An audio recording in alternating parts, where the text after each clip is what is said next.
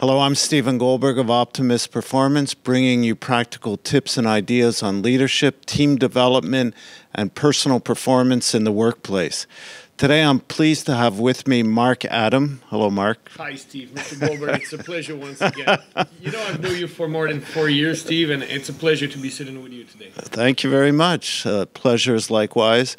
And I'm pleased to have Marc because I met him just over 4 years ago through a networking event at the Montreal Chamber of Commerce. And I had him actually create a website for one of my companies, my video production company at the time. And he did a great job. And I was really impressed with his business acumen. And my partner and I said, well, Marc is really going to go places, and he has. And I thought he would be a great example of an entrepreneur, a young entrepreneur, who has really grown over the last 4 years, not even, and started out, and I think at the time it was just you and your partner. Correct. In a co or shared office space. Absolutely. And now you're here in Old Montreal in a beautiful office building. And as you can see, today's a holiday, so we don't have anybody in the office other than the business owner. And but this place is usually filled with a bunch of employees. So I'm pleased to have Marc talk about what it's been like growing his business, not only from the business side, but also from the leadership side. And that's really what I'm interested in bringing to you today. So Marc, just tell me a little bit about what you do, what your business is about. Absolutely. So Nix have been created 4 years ago. We are specialized in custom and complex web development. So we are the experts in complex programming. We are certainly the best in Montreal, tending to be the best in Canada. But we mostly work on mobile application, web application, as well as software. Okay. Yeah. Well, tell me, first of all, how many employees are you, and how many locations? Because now you've also have offices in the U.S. Yeah, correct. So we have a team of 39 people in North America, 29 here in Montreal, and 10 or 11 in the U.S. So 5 in Philadelphia and another 5 or 6 in New York. So we have an office in the financial district of New York. We moved there from Brooklyn in January 2017, and we opened in May 2016 in Philadelphia in the U.S., yes. Now, you know, we're doing this interview in English, but when I first met you, you had a hard time really expressing yourself in English, and we spoke French at the time. Now you've gone on to open offices in the U.S. and I guess obviously conduct business in English. And, you know, when we have difficulty speaking a second language, it could serve as an obstacle to moving forward. So how did you learn to speak English so well now? And how did it feel to actually develop business in the U.S. knowing that English isn't your first language? Well, you know, Steve, I am not perfectly bilingual yet. It's still an issue. I keep improving my English every day, but now that more than 70% of my business is in English, I had to do it. And yes, it was challenging. The fact is, when you go in the U.S., the situation is completely different than conducting business in Toronto. When you're in New York, people don't care about your accent. They care about what you can bring on the table. So basically, if you do any mistakes, it's not the way you do it, you say it that is important, but the message behind it. This being said, I remember my first pitch at Rockefeller Center in Manhattan 2 years and a half ago. And you know what? I was scared, Steve. I was really, really scared. But I keep reading, watching movie in English. All my documentation is in English. I keep listening at audiobooks, and at some point I don't care. I just move forward and I go get it, and there's no other secret. Of course, I met this American girl a couple of years ago, and we're not together anymore, but it certainly helped me a lot to improve my English. Absolutely. Yeah, when you have somebody to practice with, obviously it does help. So How did you actually go from just being you and your partner in business 4 years ago? And at the time, I remember when you developed our website, you did, I think, the design, and your partner did all the programming. How did you go from that in 4 years and kind of in a crowded market? I mean, there's a lot of competition in you doing what you do, web programming or mobile applications. How did you go from that to having now a team of 39 people? What would you say was the driving force behind that? Well, it's all about focus, Steve. So basically, we cut any marketing services we tend to offer to focus only on technology development. My former business partner that I bought out a year ago, it's changed a lot of things because now I can really focus on my growth. I do not program anymore. I don't design anymore. You know, a couple of years ago when I started to hire my first employees, they were so better than me that I had to stop basically to let the expert do what they are the best to do. And myself, I just keep focusing on growth, management, administration, and I think this is the secret. Get surrounded by the expert, get surrounded by people that have more experience than you do, and you will succeed, Steve. So, you know, I hear you talking about letting go of the things that weren't going to contribute to building your business and focusing. And obviously, one of your strengths or a big strength is sales and the ability to drive forward on your projects. Was there any difficulty in giving up certain things, delegating to others, even though you knew they were better at you? I mean, sometimes I know a lot of business owners or entrepreneurs have a hard time of giving up certain things, maybe trusting employees, or just maybe they like doing some of the things that they're good at, but that's not really contributing to the growth of the business. Tell me about what that was like for you. Delegating is one of the most difficulties that all entrepreneurs will face at some point, you know. But if we want to succeed and we want to grow, we don't have any choices. So I follow one rule. If I delegate and I am sure that the person will do it at least 70% as good as I will do, then I delegate. If it's below 70%, I'll do it myself. So most of the time, you know what? People are good at what they are doing. So basically, you have to delegate. It's very important.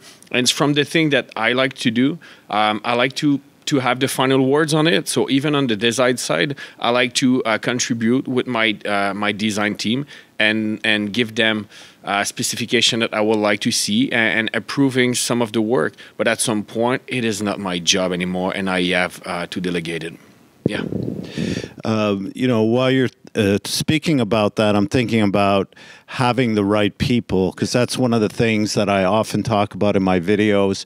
When I talked about, you know, building a team, you need to bring in the right people, and not only with the skills, but also with the thinking style, with the attitude that's required. So did you have any specific approach that you took to attract the right people? Because there's a big war for talent, especially in, you know, programming, IT. How did you attract people? What techniques did you use?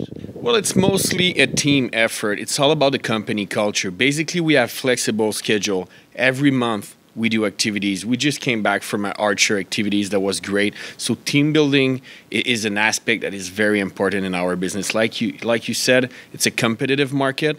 Everybody's looking for the same engineers. We are all fighting for the same reason, not only for customers, but mostly for skilled people and talent. So we have flexible schedule, freedom of speech. We have vote on important decision in the company, meaning the employee words is not only important, it is crucial, and I do listen at what my staff have to say.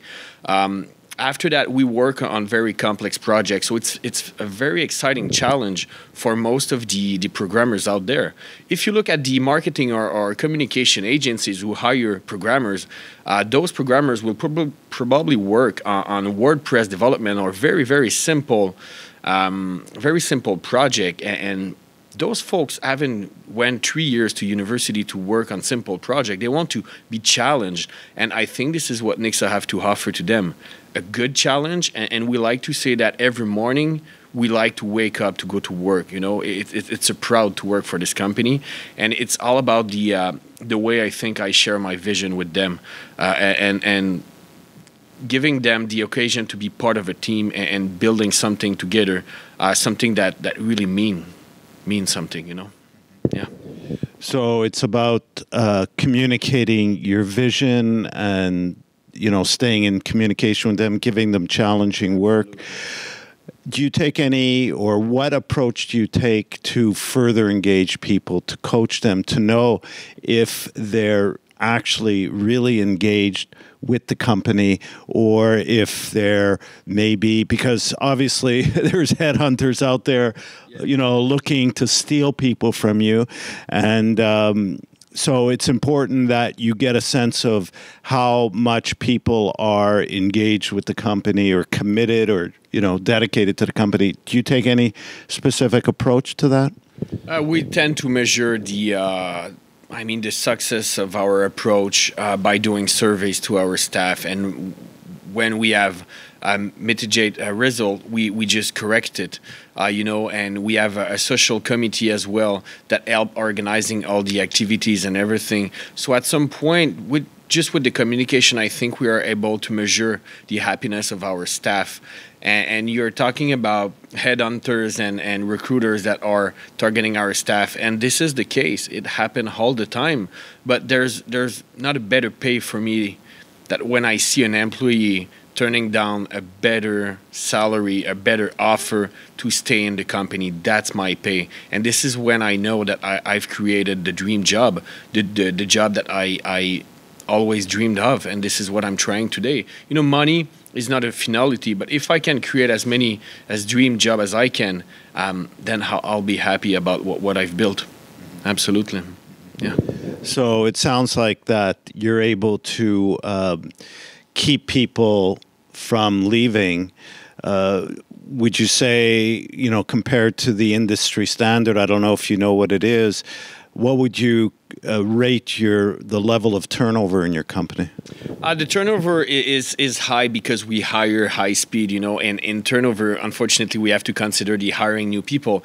If I don't look at the new staff, I will say it's pretty low, Steve. Some of my employees were working here 3 years ago in a 4 years company. I think it's very good, and we know people are not leaving. I lost one employee last year who left because the other company was offering drugs insurance, and you know what? Two months later in the company, we had drug insurance as well. We have medical insurance now, so it's not an issue. So if I lose somebody, I will try to understand why he left and make sure that it will never happen again. Yeah. Yeah, today, I guess, I don't know, what is the average age of the people that work here, would you estimate? Right now, it's about 28, 29 years old. So it's quite young. We call them the millennials, and they're known to be quite mobile when it comes to jobs. They're confident. They're especially if they have a skill set that's in demand, so they're not afraid to get up and leave if something's better. So it's really important to understand what is attractive to people in a job and do and what you can to keep them, and it sounds like you're doing that. Let's talk a little bit about your future plans and where do you see the company going forward, let's say in the next 3 to 5 years from now? Yeah, absolutely. So in 5 years from now, I want to be very well established in the East Coast of the U.S. This is our biggest market. Just for New York, just New York compared to Canada, it's 20 times bigger than the whole Canada for one city. So of course the East Coast for us is something big, and we want a presence in the West Coast as well. So we're looking for Los Angeles right now, and we are in pourparlers with Israel as well to open a campus at Tel Aviv University, and we should see that in the media in July because we are going to present our plan in front of the Israeli government. in July. But yeah, probably again an office in the West Coast and a very well established presence in the East Coast. Well, so you have quite aggressive plans for growth, a big vision. You know, and I wanted to ask you this earlier. How old are you now? I just turned 28 years old last week, so pretty young as well. Yeah, I'm one of the youngest in the company. What would you say are your key leadership skills? Or let me ask you, let me rephrase this. What would you say is your preferred leadership style that you've used to succeed up to now? Well, I'm a bit of paternalist, of course, but outside of that, it's mostly my democratic side and my coaching side, I'll say, the way I coach my staff. And I like to consider myself as the hero maker and not the hero. So I'm trying to make heroes within my company, and it's probably my leadership side that people tend to like the most. Yeah. And what would you say, like, if you think forward, 3 to 5 years, going to the West Coast, starting this Israeli project, what would you say would be a challenge, a leadership challenge that you may have that could sort of stand in the way of achieving what you want, or keep growing the business, keep realizing the success that you've had up to now?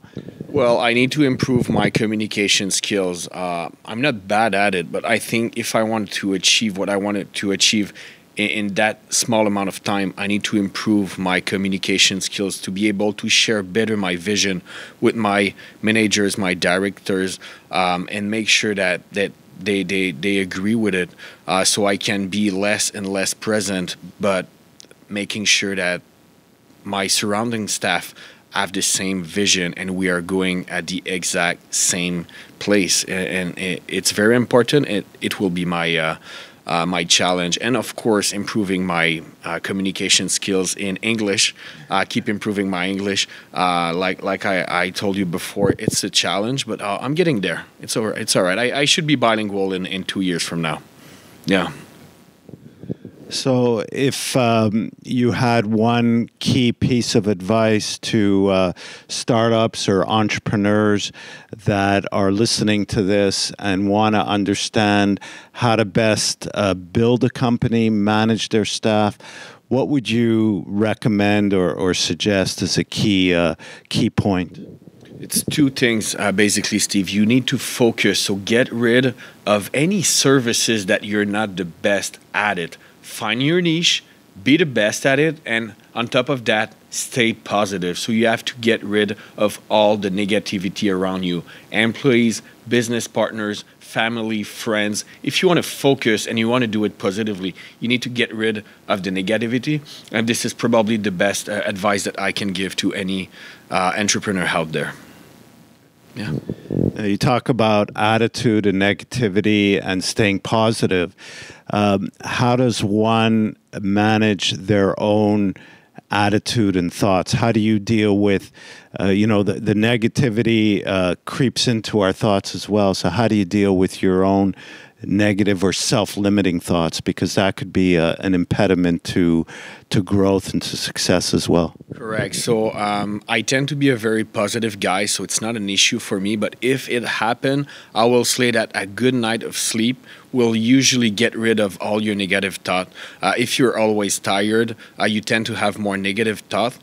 So yeah, just go to bed earlier, sleep at least 6 hours a night. But if you have 7 or 8 hours sleep, normally in the morning you should be positive again.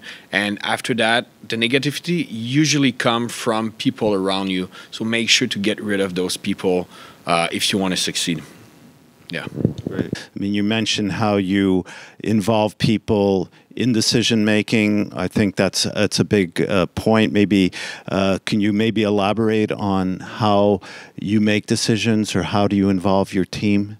Well, absolutely. So I have management meetings every week, and every month we have a meeting with all the team. And freedom of speech is something that I really believe in.